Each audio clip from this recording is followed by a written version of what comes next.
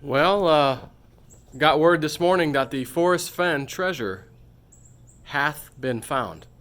A little sticky out here in Florida, a little warm. Overcast day, sprinkling on and off. My wife ran into the old smoker we have that was an electric smoker in the garage. It's like she just bumped into it, but those things are so flimsy, it just bent the hell out of it. It's been that way for a long time. So I thought, I've got these three larger type propane tanks. I think those are the 30 gallon and or 30 pounds, I should say, not gallons. And I just ordered this thing on Amazon. It's a gas, propane deal. I've got it on low. Got the little side vents on both sides open. Got the top one open over here. And we're about 225.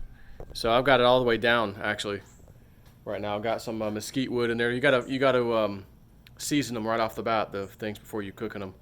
So said just let it run like that for about 45 minutes. Shut it off. Go ahead and put your smoke chips in there, wood chips, which in my case I use mesquite. And she was smoking a little bit. If you don't soak them in water, they burn up fairly quickly. Although if you do soak them in water, they will smoke a bit more and last a little bit longer. But again, I'm just seasoning the unit. So I think I'm gonna head back to the store and get some more some goodies, maybe to try to grill out tomorrow, and or smoke, I should say. But the Forrest Fenn treasure, it has been found, and it first came on this one website, Dal Zanger or something, had a weird last name. This person, I think it's a guy, had been posting a lot of stuff about Forrest Fenn, like almost like the unofficial blog of Forrest Fenn. So they posted it, and I thought, is this fake news? But I'm like, well, it's not. This guy's been in the search for a long time, and I think he said he made a bunch of searches for it. He couldn't find it, and it's official. Then a local news channel ran the story today also, and one of my friends from New Mexico sent me that story, but I'd heard about it this morning. So it's been found. So when I heard about it this morning, because my friend Pete, that's the one he wanted to go after. And I thought, well, okay, but let's see what I could find. And that's what led me to New Mexico initially. That's initially what got me to go meet this guy that I know out there, and go take my drone and search for stuff, rock monuments and things. And but it was Pete's idea at first. White Dove said she might help us one day do one of these. And I thought, all right, well, let me get busy just in case. And so Pete's like, well, I'll do I know a lot about the Forrest Fenn thing. I've studied that thing for a while. That'd be a fun one. It's easy to get to. It's just laying somewhere. There's no digging. I'm like, okay, good point. And but I'm like, but it's $1 to $2 million value. Well, that's great to find.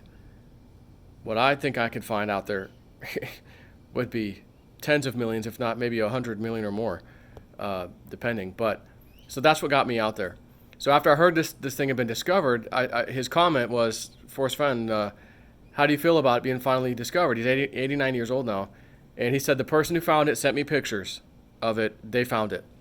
They said that this guy's from back east is what he said, so I don't know what that means.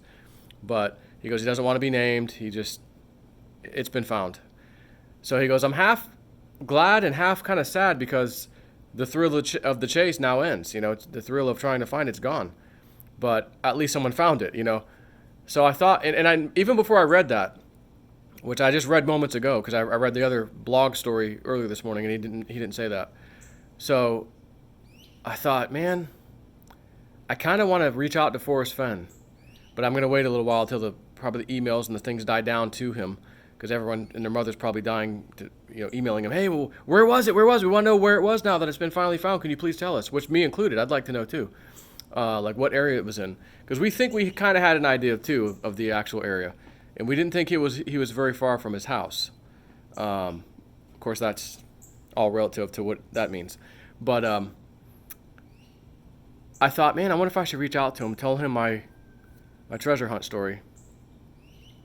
because what I'm looking for is pretty substantial. He was a history buff. He loved the Indian artifacts and the whole culture. If you read about the history of Forrest Fenn and some of the things he's found and artifacts, and there was like a 1,200-year-old necklace or something that was he left in the treasure box. He's like, man, I'd like to get that back. You know, I kind of wish I didn't put that in there, something like that. And so he's got this nice thing going on for, you know, old artifacts, Indian artifacts, things like that. And I thought, man, God, he'd probably love to hear my story. And if I tell him and then he repeats one little part of it, which I'll tell you in a second, that'll get everybody excited again. At least somewhat. So, and I thought, well, would I remain anonymous? Would I, doesn't really matter.